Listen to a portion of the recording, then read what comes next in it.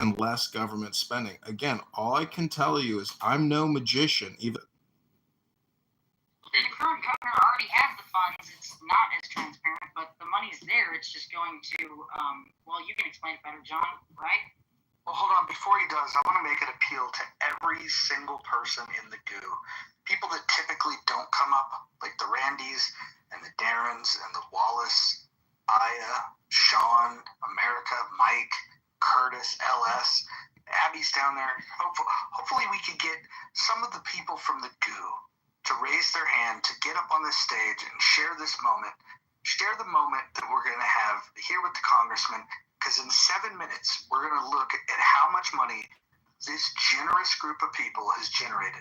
And we want to welcome you to Mike Moon. You should come up here. I'm sure you got questions for the future Congressman. Let's see here. Let's see. Let's go ahead. Yeah, sorry, I disappeared for a minute. I had to take a special for work, but when it comes to, like, I know you said you wanted to lower property taxes, lower taxes. Oh, I know. It's the property taxes. It's 65 to 75% are going to teachers, to the facilities that the teachers babysit these kids in and provide them. It's your money. You should keep it. Okay. Okay. I don't know. And, back to my point, if you have a problem with the curriculum, I would definitely go to the Department of Education. When it comes with the hourly taxes and the curriculum is taught at school, it has anything to do like property taxes in the schools. If you want to deal with the curriculum, deal with the Department of Education. Yeah, I'll deal with the curriculum by dealing with the taxation. That's how I'll quickly eliminate the curriculum. I can assure you of that. Because you'll be eliminating the schools, right? No, he's going to be eliminating the corrupt education boards that take tax-paying dollars going into what you're talking about, and then actually funding programs that support things like CRT and DEI and crap like that teaches my nieces and nephews how to be less educated rather than, at least the bare bones of reading, writing, and arithmetic. I mean, like, that's really important to me, and I know my mom would love to hear that. Pass that around to everybody in the city. Like, that. John, I think you're doing great things. Hey, John, what is the state income tax in Illinois? Yeah, it just depends on your income bracket, but I mean, generally 30 to 40%, like most other places in the country. Oh, yeah, and, it's possibly how much you can cut it. I mean, I don't know. You're combined. With state income, let's say you're looking at 10%, and federal, you're looking at 30%. And it's generally higher than that. So it's in the 40 to 50. It's very high here. State of Illinois, state income taxes are way too high. I've had problems with, tax contributions, and it's a never-ending compliance nightmare. It's a big burden for your average worker to have to comply with all this regulation. The whole thing deals with compliance. There wouldn't be a compliance like the taxes. So at $37 trillion in federal debt and $200 billion in state debt, unless we start working over and just create a debt bubble spiral that's unsustainable, the time to say no is now. Yeah, let's suck out of the American working class so that they've got. Hold on. We've got less than 2 minutes. Yes, I do not like Nazis. I hate Nazis. And if I was ever confronted by a Nazi and felt physically threatened, I would punch that Nazi. John, would you pressure Trump, demand him that he drop the charges against Edward Snowden? Yeah, I would encourage him to drop the charges against Edward Snowden and let it go. That would be my opinion. Well, you just earned yourself. Yeah, I would encourage him to drop the charges against Edward Snowden and let it go. That would be my opinion. Well, you just earned yourself $3.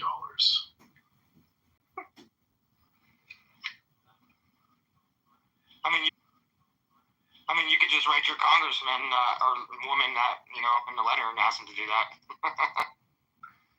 Okay. Can we get a total, John? Sure.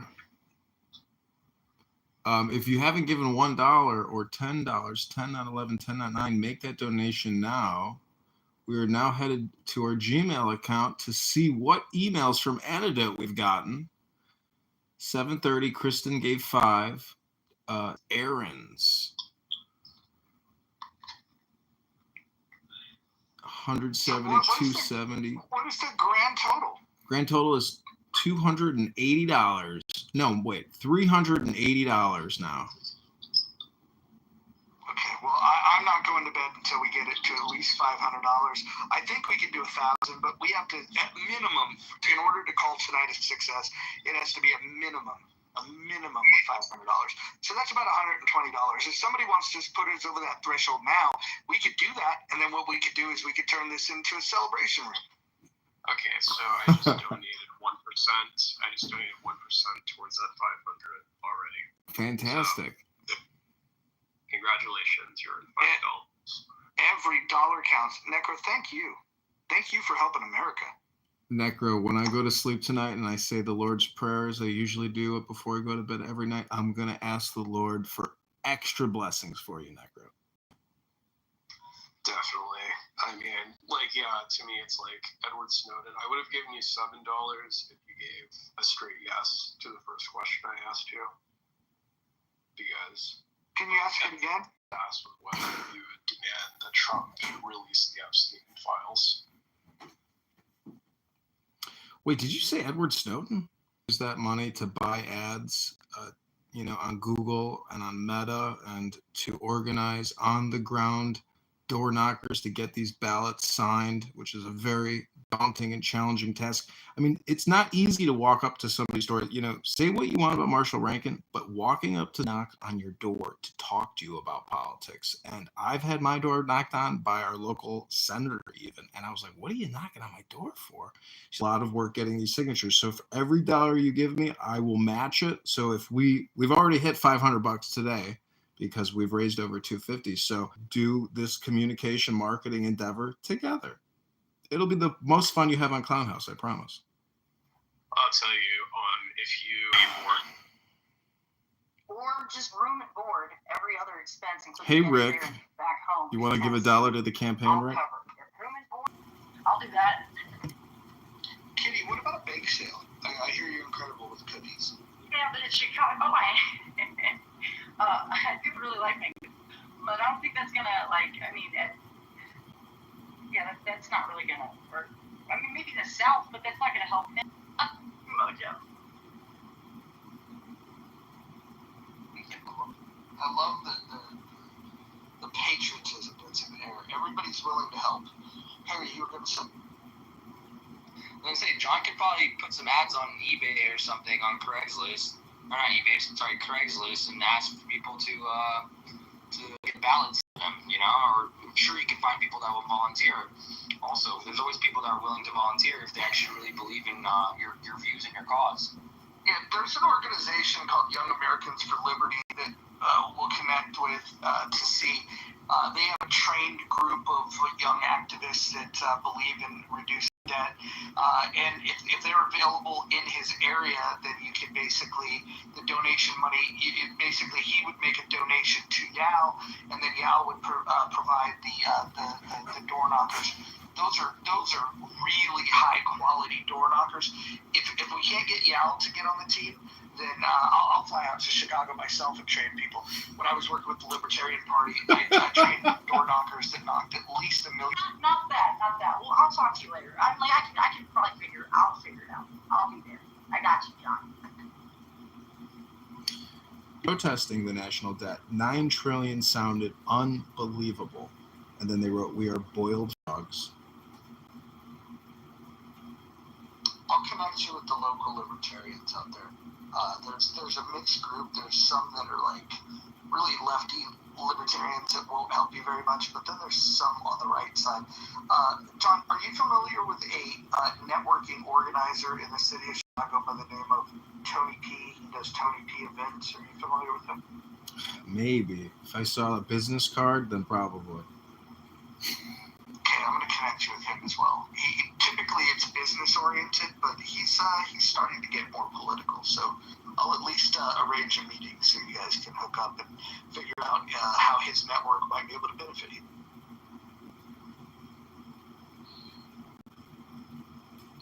Yeah, I've met some libertarian leader here who passes out, 3x5 flyers at the local Polish fest, and I liked him, but his body odor at that precise moment was a little overwhelming. He's Polish, man. This guy, I can't remember his name.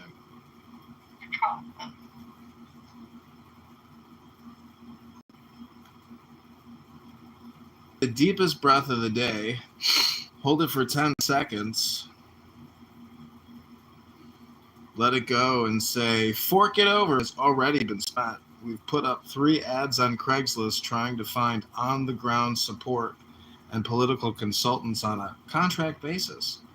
Again, click that link above and give $10, not $11, $10, not $9 right now, so you can also enjoy this fun experience of trying to get on the ballot in March of 2026. This is your campaign. Speak up now or forever hold your peace.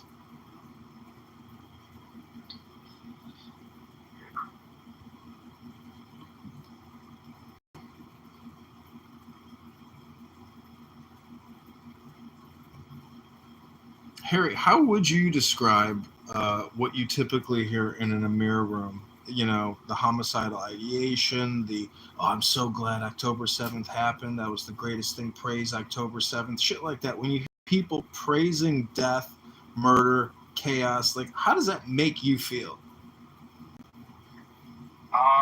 Honestly, it makes me feel very worried because some of these people are here in America. And, a prime example of those type of people is like that guy in Boulder, Colorado not too long ago.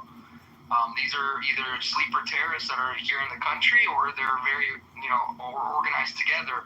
And I think this is just a Congress. How would you combat this radical Islam movement we're seeing in America right now? Well, there are 2 people I would call. One is your local IRS criminal investigator. And I would make sure that wherever that person is on this social audio, where they live, that IRS criminal investigator or that local FBI agent that trained at Quantico would go knock on that person's door and say, hey, we want to talk with you and we want to play you a recording. And, conduct an investigation into this person's mental health status, whether or not, he has a cache of weapons, what other communications they might be doing. There's a lot of surveillance covert comes down to planning attacks, extremely vulgar and crude hate speech. Get some social justice and social shame, ushered upon them so their friends and family know that they are spewing and promoting hate speech. It's that type of activity which could have positive benefits. I like that, John. I think that's a great idea, and I think more people should be involved in that and be alert because I think Americans are very, very much in a bubble and feel very protected by living here in this great country. So I think it's important that we all keep our eyes open, and that room is a prime example of that, and it's every single day, all day long, and they literally promote terrorism in that room. And that's a federal offense at that one point. There's freedom of speech. There's a line between freedom of speech and breaking the law. So, and, they're on a very fine, thin line there with some of the stuff that's being said. So, but yeah, I'm glad that you are aware of it and made other people aware, John, because I don't think a lot of people, like in these rooms and JB's rooms and Mojo's rooms, were aware of these people that are on this app. A lot of people are just really designated to this side of the app and don't really see the terrorist side of the app, I guess you could say.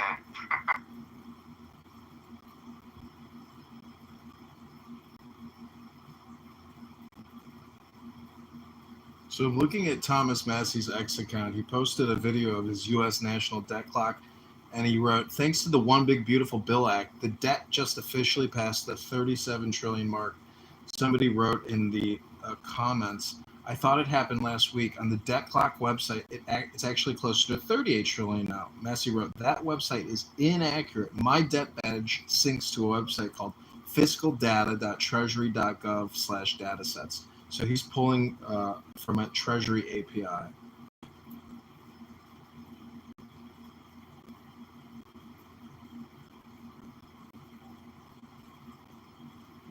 transparency into the acquisition and purchasing process of our state.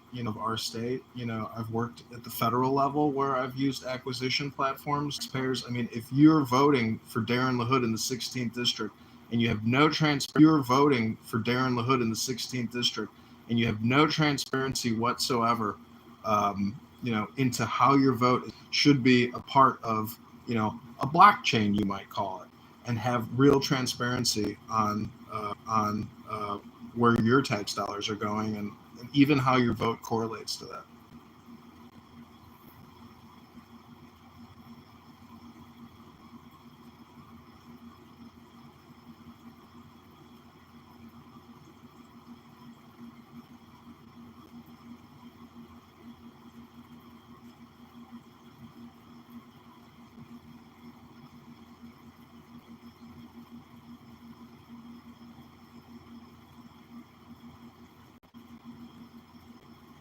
So, John, I just have a question.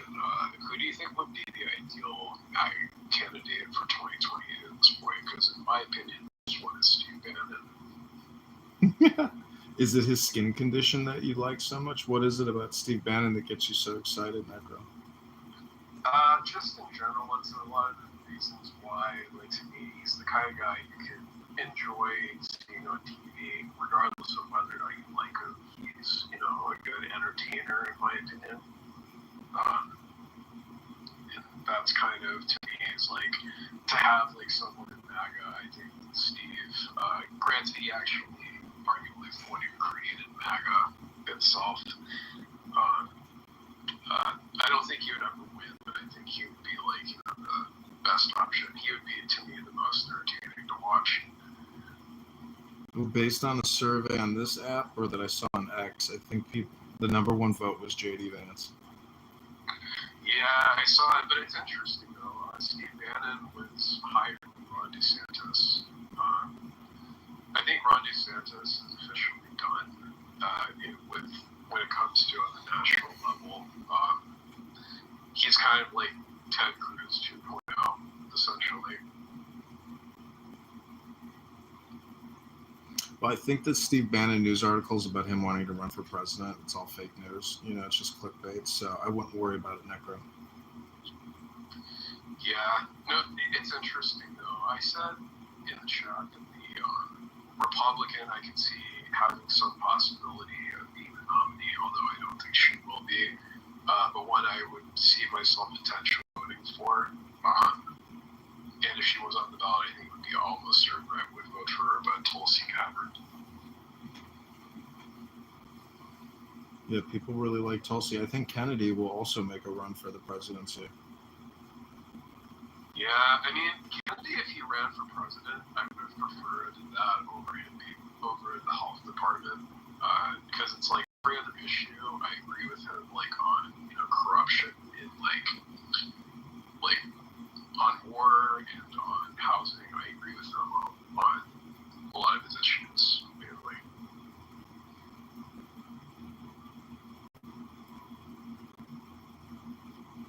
Well, the Medicare-Medicaid expenditure is out of control, and I would just encourage everybody in this room, to take a deep breath, hold it for 10 seconds, and if you can stand up and lift your hands to the heavens and take a big stretch, lean to the right, lean to the left, lean back, lean forward, maybe touch your toes, stretch those hamstrings, because flexibility is very important.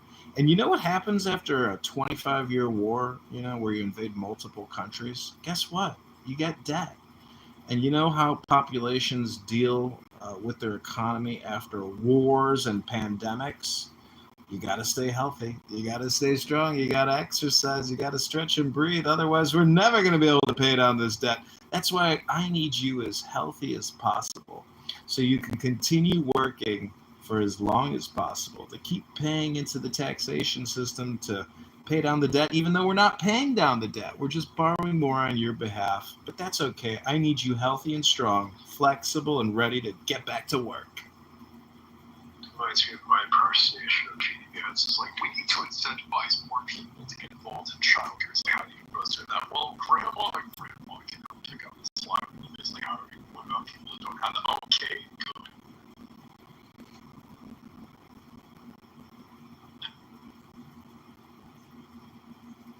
Okay, is there anybody else that wants to ask any other questions? Master, Pocket, Serendipity, Hakima, Harry, Daniel, Necro, Kitty, Nye, Mojo? I'm curious. I don't know if you want to go down this path, but I'm curious what you did in the military.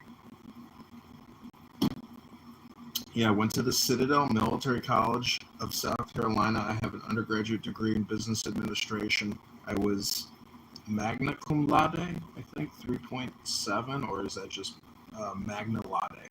I got a lot of scholarships while I was in school, and I ran for junior class president. While I was in school, I witnessed two planes bring down 3 skyscrapers in Manhattan on 9/11 while I was in the boathouse on the university about to check out a boat for the weekend. And I joined the Army National Guard in March of 2022. My college roommate came back to our dorm room and said, "Hey, I just signed a contract with the Army Department." I said, "Oh, what did they give you?"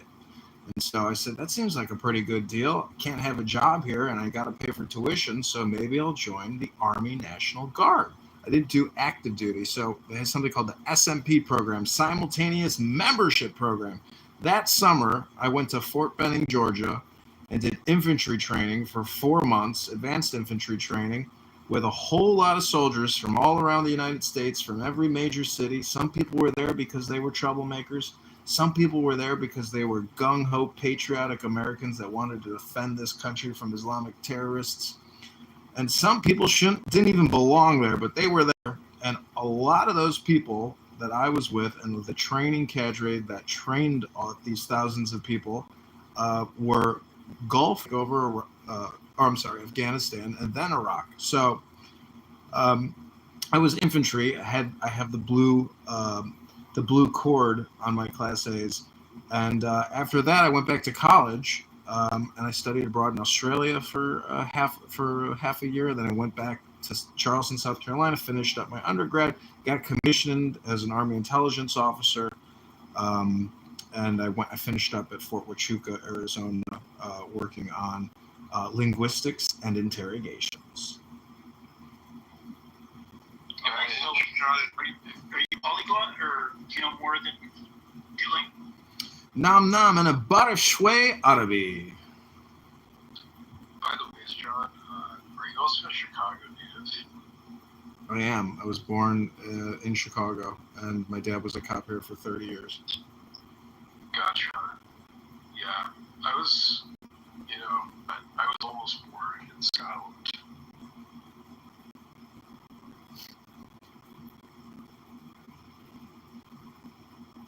Yeah, I'm gonna get with Mom tomorrow morning and see whatever I can do to help, and just let me know if there's anything, But she's really active in the church and stuff, and my brother, and my aunts. That's your bake sale people, no joke. But I'm rooting for you and for the city of Chicago. Thanks. I know you're big into social media, so please follow me on X. I need as many followers as possible. Anybody in this room that has X, follow me right now. It's John Kitover, IL for Illinois. That's JOHN KITOVERIL. Follow me there. $1 to $10 to $200 to $500. And then we can really have some fun, because if we can spend money on advertising and $2 trillion a year, and spending $7 trillion a year. So, saying things like that, or, hey, want to lower your property taxes? Hey, want to stop paying so much state income tax and federal income tax? There's a lot of messaging and a lot of work that can be done, but without your dollars, creating all that content will never get seen unless we can go to Meta or Google and buy ads in the district. And I've been buying ads my whole life and doing media buying. What are your thoughts about JD? You were in the military. What are your thoughts about JD Vance's characterization of Tim Walz as a disgrace? Because I understand, as much as that you disagree with him, would you think that's fair for him to be called a disgrace? Maybe. I mean, Booty Juice, aka Booty Judge, who is a special appointment CIA officer who went to a 2-week indoctrination course, never went to ROTC, never did basic, never did any kind of advanced training. But, there could be, a DEI LGBTQ initiative for certain people if you, perform a certain way and you are involved sexually a certain way. You might get special appointment preference. If it was between him and Marco Rubio as the Republican nominee, regardless of who wins, who do you think would be more likely to win over the majority of the country? It's not just if it's JD Vance and Marco Rubio, or Marco Rubio and JD Vance. I mean, who are the Democratic candidates? Is it? I think just knowing that everything in America will work out and not to get fooled by the word game. I like to bring up the debt like in revenue a year is a good way to continue to proceed. And if you look at the Doge analysis and all the screenshots from the SAP system that Larry Ellison owns, or I think it's Larry Ellison, but Oracle is big in the government with all this contracting and all this acquisition, and Doge has screenshots. It's all DEI woke spending in Guatemalan climate change education. Like, Necro, why would you want to graduate from college, get a job for say $70,000 a year, pay about $40,000 in taxes a year, and know that your money is going towards this wokeism education scam spending, which is getting close to being uncovered as a trillion scam spending, which is getting close to being uncovered as $1 trillion a year, and they're still canceling billions of dollars worth of contracts that are across all these federal agencies. So the scam is being identified. There's been concern a lot of people have had about what is being taught in the schools, things like that. I'm not really an expert. I do know one of the things that does concern me is that in places like Florida, where you had, like, for example, you had like the banning of books, like old classics, like like it was a book by Ernest Hemingway, certain books that make certain people who are really white supremacists. Well, do you know one of the only books Really white supremacists. Well, do you know one of the only books ever banned by the federal government? Do you know the name of it, Necro? I can't say that. No, I'm sure there's a couple, but one of them is Irwin Schiff's The Federal Mafia, where he claims that the federal taxing authority is experiencing cognitive bias, or what does he call it? Hindsight bias, meaning it's not constitutional to tax us in the way that they're doing it. So he died chained to a concrete slab in a prison because he's a tax protester, and he fought the judiciary in tax courts. So, be careful who you pick fights with, because if they're more powerful than you, and lawyers and judges can chain you in a prison because you are complaining about the taxation, I mean, that's, pretty immoral and rather fascistic to kill you because you're not in compliance. So I'm just saying, Necro, taxation is extremely important. You haven't worked 20 years yet and paid your dues per se in terms of income tax. Wait till you do it. You're going to regret every single filing, and you're going to say, this sucks.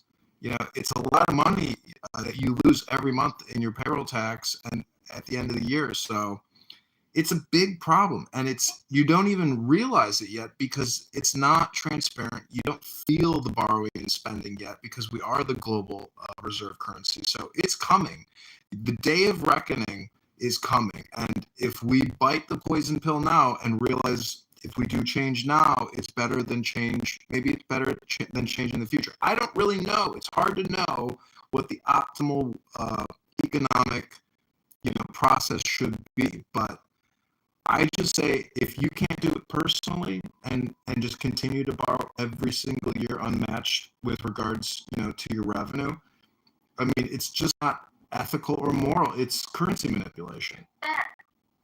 Yeah, I mean, So anyway, I would say, like the fear that I'm hearing from you, are concerned about, like the gender queer and things like that they're indoctrinating in the schools. That is really, I can't see it's gravity when it comes to helping kids learn about our history, science, math, reading.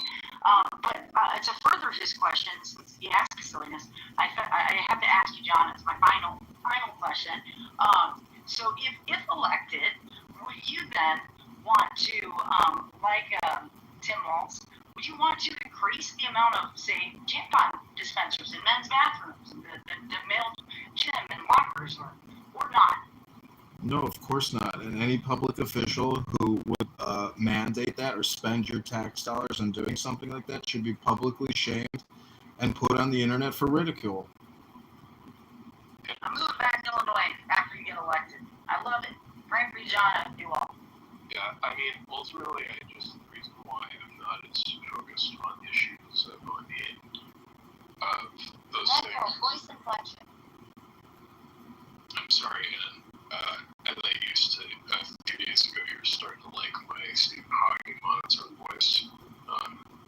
But, anyways, so basically, I just see culture wars as completely unproductive, as do majority of Americans, and that's essentially the way I see with all these things. Not saying that they don't matter, it's just to me on like my priorities list with individuals, I'm much more concerned about, John's selling point. I mean, even though my priorities on the debt isn't as high as conservative, I think it's a more significant concern because long term the debt is an issue.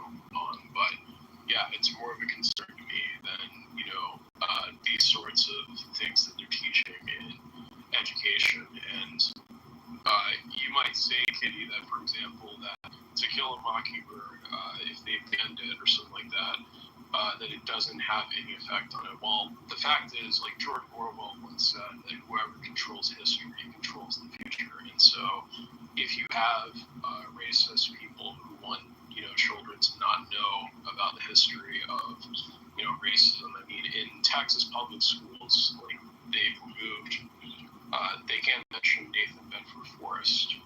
So I mean, I'm really concerned about like children knowing our history. I think it's important for us to be able to address the issues on the past that have affected us today. So. Would you say that the now is a compression of the past and the future, Necro, or is now just a culmination of the past?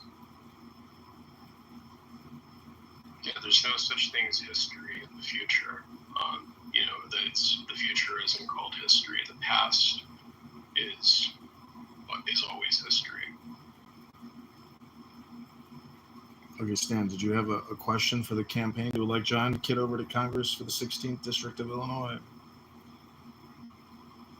No, I just want to talk to the Negro about history. Right. You wanted to ask a Negro about history? Negro, you would now, as in the media and a lot of the many in the media.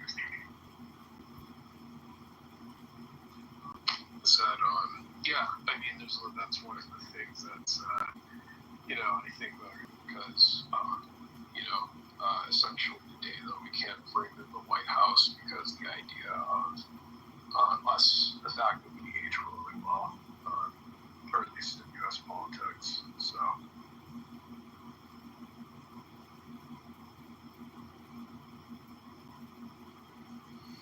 Okay, so this has been a money bomb for the campaign to elect John Kitover. I thank everybody who has donated Tuesday, just a Tuesday. And this is just day one of having the campaign website up, correct? Correct. This is just day one, and we're only a few hours into having the website up. And actually, you pushed me. I'm not going to waste this moment and have nothing set up. So I immediately sprang into action. So thank you for creating the environment to make this happen. Can we get a total? Sure. Last amount was $20 from Serendipity at 9:28, 11 minutes ago. $5 from CJ Lyman. 20 from Erez Aarons, 20 from Jania Davis. So let's do the total here. 45, 65, 85, 90, 95, 195, 295, 395, 405 total since 6 o'clock. 4:05, and we started this a little while ago. I wonder if in the next 20 minutes, because reach into their pocket, get us that $95 that we need to get there. Maybe you don't have $95. Maybe you could put $9.50, and that would get us 10% of the way. Or maybe you could put $19. That would be 20% of the way. These are just math equations. I don't know how much you have to give. You could put $1. You could put $3.50. These are all amounts that are in your control. But the first thing you have to do is you have to say a prayer. Then you have to click the link up above, and then you have to just go ahead and fill out the little form. We'll get that money over to John's little pockets, and then we'll get some people knocking doors, get him on the ballot. Next thing you know, John will be able to take these messages about lowering the debt for you and your family to all the way to Congress, all the way to Washington. So $95. I'd like to see us get $95 more. Oh fuck. Okay. John, can you do that? Add it up, because we'll celebrate, and maybe we'll even bring Mike up. I don't even know if we've ever heard his voice. Wow, Mike Seltzer, congratulations, $95 right now. So we're at 500. I'd like to call that a success. John, thanks for setting us free. Mike, thanks for helping to set us free. $1 at a time. $95 in your case. Awesome. And there's no reason why you can't give more if somebody, like, let's say you don't get paid until Friday. That's fine. Friday, that website will still be working. Go ahead and save that to your history, and then you click on that on Friday once you get paid. That money gets in your account. You go ahead and click his account. Go ahead and wire the money over. We're going to build this dollar by dollar, brick for brick, and what's going to happen when he gets elected is he's going to take dollars out of the budget, return them to the pockets of the people that have donated to him. So please consider prayerfully donating to John Kitover. But we're going to go ahead and switch gears here. John, do you have any parting words before we close this room up? We'll open a new room. We'll just have a bunch of fun. We'll talk. We'll laugh. We'll love. This will be great. Yeah, thank you, Mojo. Without you, none of this would have been possible. And to everyone here who has given money, I thank you from the bottom of my heart. I will use it as efficiently and cost effectively as possible to get on this ballot in March and spread more communication about freedom, intelligence, health, wealth, love, and joy. And this is your campaign. So, come to these rooms and join all these other clown house rooms. Get activated. The time is now, and not many people are talking about this. I worked with Ron Paul and his campaign when I lived in California back in maybe 2012 when he was running, and I have a great photo with him, and I contributed as much as I could as possible at the time to his campaign because I really believed in what he was saying, which is stop borrowing, stop spending, end the forever wars. It's not our job to be military police around the world and do nation building and spend hundreds of billions of dollars doing that. So, I believe in peace and meditation now, and we have to be very strategic and intelligent going forward. Otherwise, we're putting ourselves on a totally unsustainable death spiral in the same way that the Weimar Republic experienced price increases every 2 to 3 days. So we have to be fiscally prudent, conservative in our spending, and that's the message I want to bring to the people in the District of 16. God bless you, Mojo, and God bless everyone in this room. Thanks for listening to me, and I hope you all have a great evening. That was amazing. And just remember, vote Kitover. Problem's over. Want to pray, pay, fill out the form so John can perform. All right, here's All right, I'm going to go ahead and end this room, but I'm going to open a new one for those that want to get together and have some laughs. Have a good night.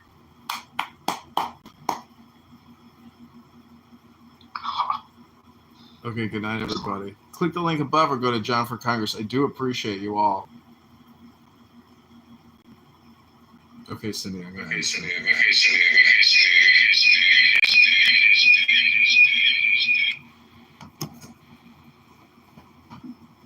$500 in an hour and 32 minutes.